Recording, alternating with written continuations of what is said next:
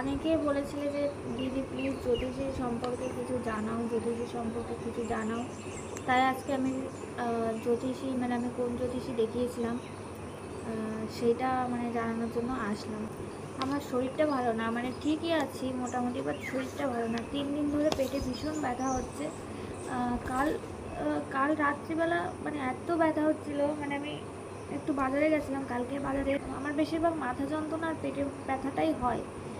তো মানে সবসময় থাকতো, পাশে থাকতো, পেটটা মানে ডলে দেওয়া, মাথা যন্ত্রণা করলে মাথাটা টিপে দেওয়া, মানে বাড়িতে কেউ করে না এগুলো, ওই করতো, মানে সব কিছু ওই দেখতো।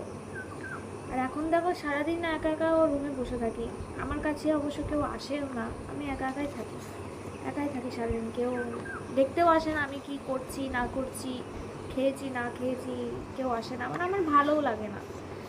যখন খিদে পাই, পেটে যখন মানে ব্যথা হয় খিদের জন্য, তখন যাই খেতে, তার আগে খেতে যাই না, ভালোই লাগে না খেতে।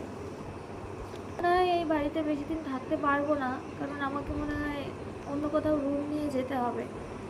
এমনই পরিস্থিতি আসছে, মানে বাড়িতে থাকার মতো নেই, মানে সব পার্সোনাল কথা তো বলা যায় না। নমস্কার বন্ধুরা, চলে এসেছি আরেকটা নতুন ভিডিও নিয়ে। আমি পায়েল। তো কেমন আছো তোমরা সবাই? আশা করি তোমরা সবাই অনেক অনেক ভালো আছো, আমিও ভালো আছি। তো প্রথমেই আগে বলে নিই, তো আজকে যেই টপিকটা নিয়ে আলোচনা করব সেটা হলো আরিয়ান রুম্পার চ্যানেলের। আরিয়ান রুম্পা চ্যানেলের কথা তোমরা তো অনেকেই জানো।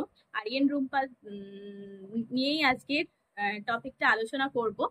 তো তারা প্রথমেই আগে বলে নিই, তো আরিয়ান আর রুম্পা এই চ্যানেলটার প্রথমে আর কি স্টার্টিং হয়েছিল টিকটক ভিডিও আর ভিগো ভিডিও করা। তারপর তারা শর্টস ভিডিও করতো ইউটিউবেও।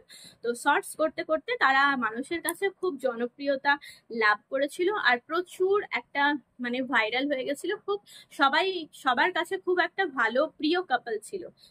তোমরা অনেকেই সার্চ করে দেখতে পারো, আরিয়ান রুম্পা বললেই চলে আসবে। তো সেরকম আমার খুব ভালো লাগতো তাদের শর্টস গুলো, খুব মানে অ্যাট্রাকটিভ ছিল। তো তাদের চ্যানেলের কথা তোমাদেরকে বললাম প্রথমেই। তারপর থেকে ইউটিউবে তাদের জার্নি শুরু হলো, শর্টস ভিডিও বানাতো, তারপর আস্তে আস্তে ইউটিউবে বড় ভিডিও বানাতো। তো আমাদের রুম্পা দিদিভাই কিন্তু খুব ভালো মানুষ। তো রুম্পা দিদিভাই কিন্তু আগে অতটা ইউটিউবের ব্যাপারে জানতো না, যেটুকু জানতো আরিয়ান দাদাভাই। তো রুম্পা দিদিভাই শুধু ভিডিও করতো, বাট এই ভিডিও এডিটিং করা এইসব অতটা জানতো না।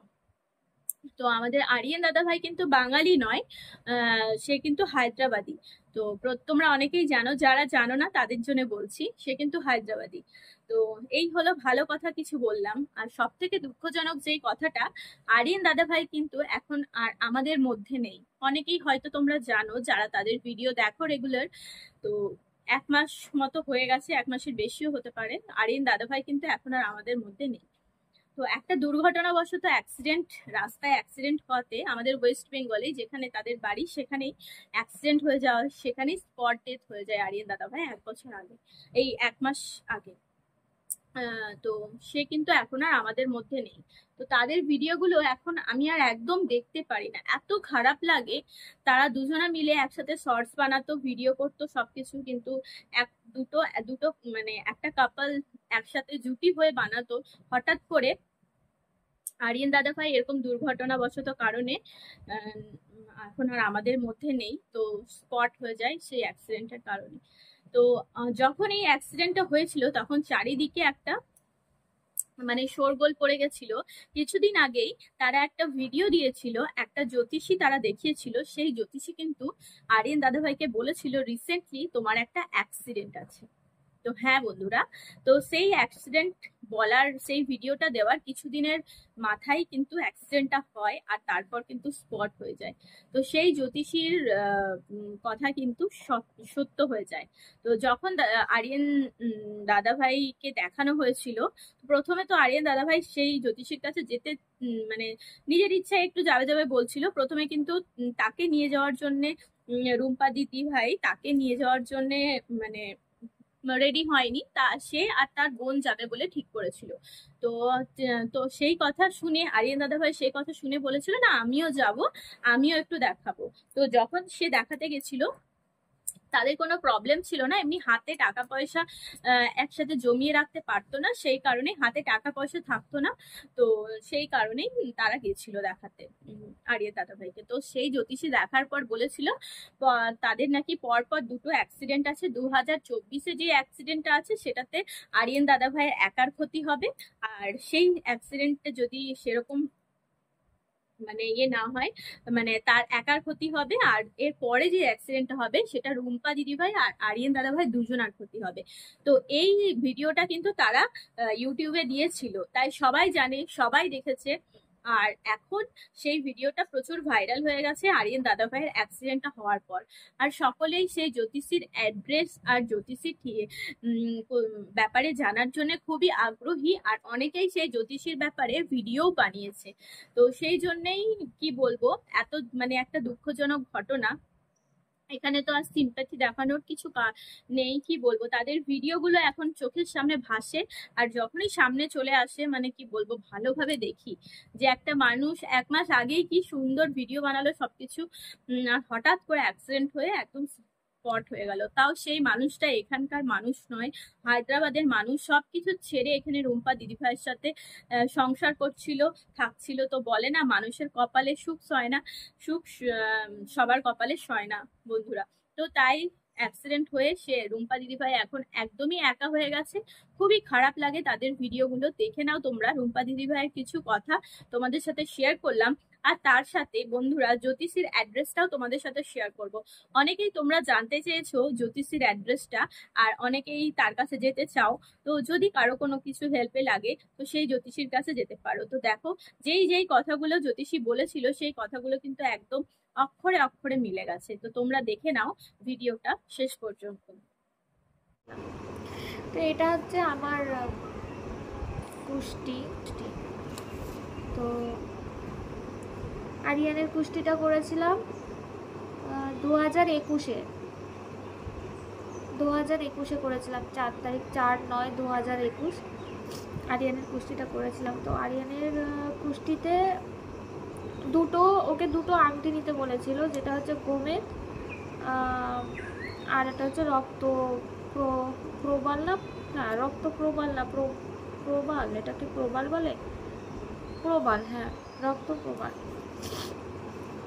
তো ওর হচ্ছে শনির দশা ছিল ভীষণ, মানে শনির দশা হচ্ছে 2027 পর্যন্ত থাকতো। তারা ওর সাথে মিশবে, মানে তারা ওর ক্ষতি করবে, আর সেটাই হয়েছে। যারা মিশেছে সৎভাবে মিশেছে, বাট ক্ষতি করে গেছে। আর লেনদেন বলে তো টাকা পয়সা লেনদেন, মানে কাউকে দিতে বারণ করতো টাকা পয়সা। এই যে এখানে লেখা আছে, স্পষ্ট লেখা আছে, অর্থ লেনদেন, আত্মীয়তার সম্পর্ক একক ভালো হবে না, ভালো হবে না ওর। এটা 2024 সালে ওর অ্যাক্সিডেন্ট ছিল, আর 2024-এর অক্টোবরে ওর সাথে আমার, মানে নিজ বা পার্টনার, মানে আমার শারীরিক অসুস্থতা, অ্যাক্সিডেন্ট বর্জনীয় মানে ছিল। ওর এই অ্যাক্সিডেন্টটা যদি ও বেঁচে যেত, এর পরে যে অ্যাক্সিডেন্টটাই হতো আমাদের দুজনার হতো, মানে দুজনারই মানে ক্ষতি হতো, দুজনারই শরীরের মানে খুব ক্ষতি হতো, শত্রুতা ছিল। এর জন্য আমি ওর বন্ধু বান্ধবদের সাথে মিশতে দিতে চাইতাম না, বাইরে কারোর সাথে মিশতে দিতে চাইতাম না। কারণগুলো এটাই ছিল, আমাদের ঝগড়া হওয়ার কারণগুলো এটাই ছিল। তো এগুলো আমি জানাতে চাইছিলাম, ভেবেছিলাম আস্তে আস্তে সব জানাবো তোমাদেরকে। তো এখন সেই সময়টা হয়েছে, যার জন্য জানাচ্ছি। আমি কাউকে দোষ দেবো না, দোষ আমার কপালের। আসলে কি বলতো, আমি আরিয়ানকে অনেক বুঝিয়েছিলাম এই যে ওর কুষ্টিতে যেই সব লেখা আছে, মানে যা লেখা আছে সেগুলোই বলেছি ওকে, যে এই যে কুষ্টিতে যা লেখা আছে ঠিক এইগুলো দেখেই আমি ওকে বলতাম যে এটা করিস না, ওটা করিস না। বাট ও শুনতো না, ও বিশ্বাস করতো না। মেন হচ্ছে ও বিশ্বাস করতো না, বুঝতেও পারেনি। পরে সে বুঝতে পেরেছিল, কিন্তু অনেক লেট হয়ে গেছিলো, সেটা অনেক লেট হয়ে গেছিলো। তো চলো এখন জ্যোতিষীর ঠিকানাটা তোমাদেরকে জানিয়ে দিই।